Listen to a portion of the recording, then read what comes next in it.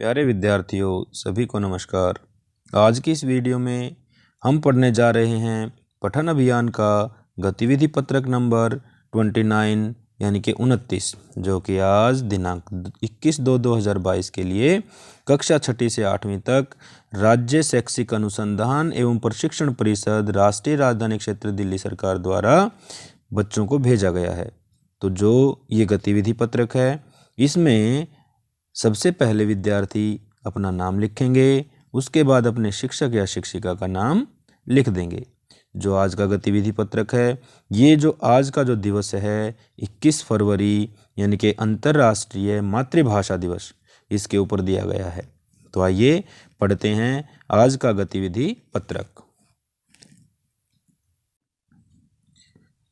प्यारे बच्चों, आज का दिन खास है क्योंकि हर वर्ष 21 फरवरी पूरी दुनिया में अंतर्राष्ट्रीय मातृभाषा दिवस मनाया जाता है। क्योंकि 21 फरवरी को क्या मनाया जाता है भाई? अंतर्राष्ट्रीय मातृभाषा दिवस। आपके मन में सवाल उठ रहा होगा कि मातृभाषा आखिर क्या है? क्योंकि इंसान का सबसे गहरा रिश्ता माँ के साथ होता है। अगर माँ इंसान को जन्म देती है तो भाषा उसे जिंदगी के अर्थ बताती है, जीने का ढंग समझाती है। इतने गहरे संबंध के कारण ही इंसान ने भाषा का रिश्ता माँ से जोड़ा। किससे जोड़ा भाई भाषा का रिश्ता? माँ से। मातृभाषा अपने माता पिता और परिवार के अन्य लोगों द्वारा घर में बोली जाने वाली भाषा होती है। तो प्यारे विद्यार्थियों, मातृभाषा क्या होती है? अपने माता पिता और परिवार के जो लोग आपके माता पिता हैं, उनके आपके परिवार के जो और लोग हैं, वो जो घर में भाषा बोलते हैं उसको कहते हैं मातृभाषा, जिसे सुनते हुए हम बड़े होते हैं और अपने घर या आस पड़ोस में उसका प्रयोग करते हैं। जिस भाषा को सुनते हुए हम बड़े होते हैं, अपने आस पड़ोस में लोगों से बात करने के लिए प्रयोग करते हैं, उसको क्या कहते हैं भाई? मातृभाषा। मातृभाषा के प्रयोग से हम एक जुड़ाव और अपनेपन का अनुभव कर पाते हैं और आसानी से अपनी बात कह पाते हैं। बच्चों, आप सबकी भी कोई ना कोई मातृभाषा अवश्य होगी और वह आपको सुनने और बोलने में अच्छी भी लगती होगी। तो आइए हम इसी विषय पर निम्नलिखित गतिविधियों को करते हैं। तो प्यारे विद्यार्थियों, जैसा कि कार्यपत्रक में बताया गया है कि आपकी भी कोई ना कोई मातृभाषा होगी। जैसे कोई बिहार से है उसकी बिहारी होगी, हरियाणा से उसकी हरियाणवी होगी, राजस्थान से उसकी राजस्थानी होगी। ठीक है, इस प्रकार से सबकी अपनी अपनी मातृभाषा होती है। लेकिन जो एक हमारी राष्ट्रीय भाषा हिंदी है, वो लगभग सभी स्टेटों में बोली जाती है। तो इस प्रकार से जो मातृभाषा हिंदी का संबंध, राष्ट्रभाषा हिंदी का संबंध है, वो प्रत्येक मातृभाषा से जरूर किसी न किसी रूप में जुड़ा हुआ है। आइए देखते हैं गतिविधि क्या कहती है। देखिए, जैसा कि आपको चित्र दिखाई दे रहा है और इस चित्र में एक टीचर दिखाई दे रही है तथा बच्चे बैठे हुए दिखाई दे रहे हैं। तो जो टीचर है वो बच्चों से पूछती हैं। देखिए, ये दिखा रखा है, कह रहे बच्चों, सीढ़ी को आपकी मातृभाषा में क्या कहते हैं?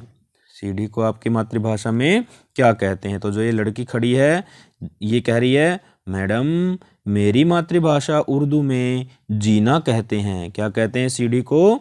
जीना। अब ये बच्चा बैठा है, ये कहता है कि मेरी मातृभाषा पंजाबी में इसे पौड़ी कहते हैं। क्या कहते हैं भाई? पंजाबी में पौड़ी।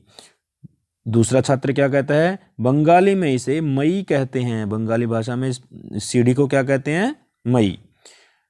मेरी गढ़वाली भाषा में इसे पैड़ी कहते हैं। क्या कहते हैं भाई? पैड़ी। पंजाबी में पौड़ी, गढ़वाली में पैड़ी, बंगाली में मई और उर्दू में जीना कहते हैं। और जबकि हमने क्या बोला था, मैडम ने क्या बोला? सीढ़ी, यानी कि सीढ़ी भी हिंदी में इसको सीढ़ी कहते हैं। ठीक है, तो सभी बच्चों ने अपनी अपनी मातृभाषा में बता दिया कि भाई सीढ़ी को क्या कहते हैं। कोई जीना बोलता है, कोई पौड़ी बोलता है, कोई मई बोलता है, कोई पैड़ी बोलता है। तो अब देखते हैं, इसी प्रकार से बहुत सारे शब्द होते हैं जिनको हम मातृभाषा में अपने अपने इलाके में, अपने अपने घर में प्रयोग करते हैं। तो अब देखते हैं कार्यपत्रक में पूछे गए प्रश्नों को। कार्यपत्रक में पहला प्रश्न पूछ रखा है कि आपकी मातृभाषा क्या है। जिसकी जो मातृभाषा है वो लिख देगा। जैसे हम लिख सकते हैं कि मेरी मातृभाषा, किसी की हरियाणवी है तो हरियाणवी लिख दो, जिसकी पंजाबी है पंजाबी लिख देना। ठीक है, मेरी मातृभाषा हिंदी है, तो हम हिंदी बोलना सीखते हैं। अपने माता पिता या घर के सदस्यों से पूछकर अपनी मातृभाषा में प्रचलित किन्हीं 5 शब्दों को लिखिए। अब आपको भी पता है कोई भी 5 शब्द हम हिंदी में लिख सकते हैं, वर्कशीट में से देख के लिख सकते हैं, या अपने आप भी आप लिख सकते हो। जैसे कक्षा हिंदी का शब्द है, पढ़ना हिंदी का शब्द है, खेलना हिंदी का शब्द है, कूदना हिंदी का शब्द है, रहना हिंदी का शब्द है, दौड़ना हिंदी का शब्द है। आप इनको अपनी नोटबुक में लिख सकते हो। तो ये सारे हिंदी के शब्द हैं। तो अब देखते हैं अगला प्रश्न, प्रश्न नंबर 2। निम्नलिखित शब्दों को आपकी मातृभाषा में क्या कहते हैं। जैसे दरवाजे को पंजाबी में बूहा कहते हैं। कह रहा है कि दरवाजा होता है उसको पंजाबी में क्या कहते हैं, बूहा। तो जो ये शब्द दे रखे हैं, गुब्बारा, गुब्बारे को आपकी भाषा में क्या कहते हैं, पतंग को आपकी भाषा में क्या कहते हैं, रजाई को आपकी भाषा में क्या कहते हैं, चटाई को आपकी भाषा में क्या कहते हैं, टोकरी को आपकी भाषा में क्या कहते हैं। तो जो आप भाषा बोलते हैं, हरियाणवी में गुब्बारे को गुब्बारा ही कहते हैं, पंजाबी में जो कुछ कहते हैं वो जो पंजाबी भाषा बोलते हैं उनको पता होगा। पतंग को क्या कहते हैं, रजाई को क्या कहते हैं। तो सभी अपनी अपनी मातृभाषा में इन शब्दों को जो कहते हैं वो लिखेंगे।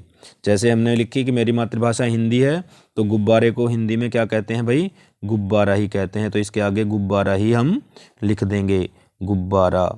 पतंग को क्या कहते हैं, पतंग ही कहते हैं, तो पतंग लिख देंगे। और अगर आप और कुछ कहते हैं तो और कुछ लिख देना। रजाई को क्या कहते हैं, रजाई। चटाई को क्या कहते हैं, चटाई। टोकरी को क्या कहते हैं, टोकरी। जिस प्रकार से आप अपनी भाषा में इन शब्दों को बोलते हैं वैसे ही आप यहाँ पे लिख देंगे।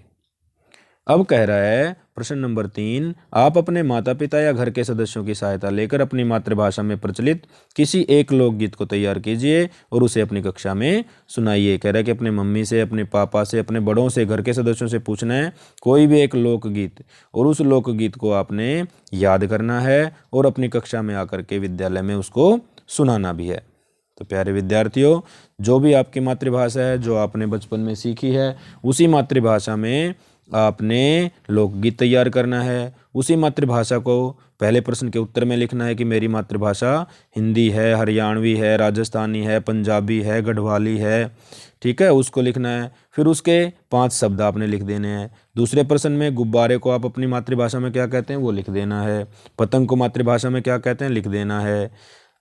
रजाई को क्या कहते हैं, चटाई को क्या कहते हैं, टोकरी को क्या कहते हैं।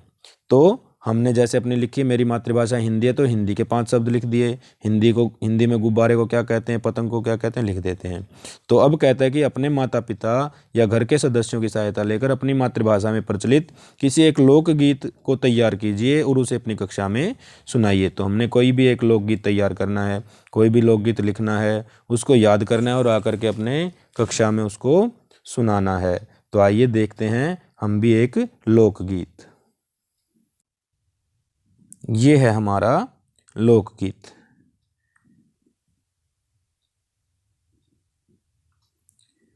आओ सच की ओर चलें। क्या है लोकगीत में, आओ सच की ओर चलें। शिक्षा रूपी रथ पर चढ़कर पावन पथ की ओर चलें। क्या कैसे गाएंगे लोकगीत को, शिक्षा रूपी रथ पर चढ़कर पावन पथ की ओर चलें, अपने सपने सच करने को आओ सच की ओर चलें। शिक्षा रूपी रथ पर चढ़कर पावन पथ की ओर चलें, अपने सपने सच करने को आओ सच की ओर चलें। कांटों को अनदेखा करके ही आगे बढ़ पाओगे, कांटों को अनदेखा करके ही आगे बढ़ पाओगे। टक्कर लो लहरों से फिर तूफान से भी लड़ जाओगे, टक्कर लो लहरों से फिर तूफान से भी लड़ जाओगे।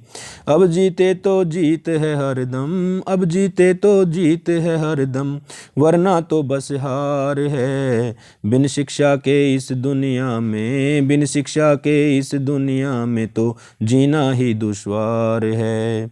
जीवन को आसान बनाने आशाओं की ओर चलें, जीवन को आसान बनाने आशाओं की ओर चलें। अपने सपने सच करने को आओ सच की ओर चलें, अपने सपने सच करने को आओ सच की ओर चलें। शिक्षा रूपी रथ पर चढ़कर पावन पथ की ओर चलें, अपने सपने सच करने को आओ सच की ओर चलें। देखो लोकगीत में कवि ने कितना अच्छा बताया कि हमें शिक्षा रूपी रथ पर चढ़कर शिक्षा प्राप्त करने के लिए हमें पवित्र पथ की ओर, पवित्र रास्ते की ओर चलना चाहिए, अर्थात हमें शिक्षा को ग्रहण करने के लिए अपनी जी जान से मेहनत करनी चाहिए। दूसरे पैरे में क्या कह रहा है कवि? कृपा दृष्टि है गुरुवर हम पर सदा बना ही रखना, कृपा दृष्टि है गुरुवर हम पर सदा बनाए ही रखना। भटक न जाए रहा कहीं हम, भटक न जाए रहा कहीं हम, राह बताते ही रहना। नई बुलंदी तय करने को, नई बुलंदी तय करने को नब यात्रा पर जाएंगे। सारा जग रोशन हो ऐसा ज्ञान सूर्य चमकाएंगे, सारा जग रोशन हो ऐसा ज्ञान सूर्य चमकाएंगे। तन मन आलोकित कर दे उस किरण पुंज की ओर चलें, जो तन मन आलोकित कर दे उस किरण पुंज की ओर चलें। अपने सपने सच करने को आओ सच की ओर चलें, अपने सपने सच करने को आओ सच की ओर चलें। शिक्षा रूपी रथ पर चढ़कर पावन पथ की ओर चलें, आओ सच की ओर चलें, आओ सच की ओर चलें।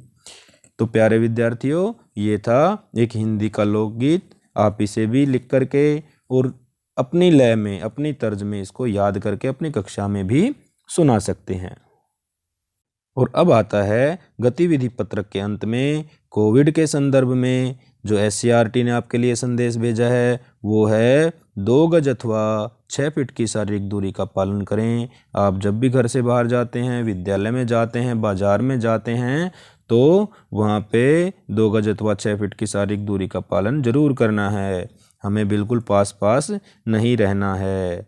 तो इस प्रकार से प्यारे बच्चों, हम इस नियम का पालन करके कोरोना की भयंकर बीमारी से भी बच सकते हैं। तो आशा करते हैं आपको ये गतिविधि पत्रक क्रम संख्या जिसकी हमारी 29 थी, 29 थी, अच्छी तरह से समझ में आ गया होगा, जो कि अंतर्राष्ट्रीय भाषा दिवस के रूप में 21 फरवरी को जो मनाया जाता है उसके बारे में इसमें बताया गया है। इसके प्रश्न उत्तर भी आपको समझ में आ गए होंगे।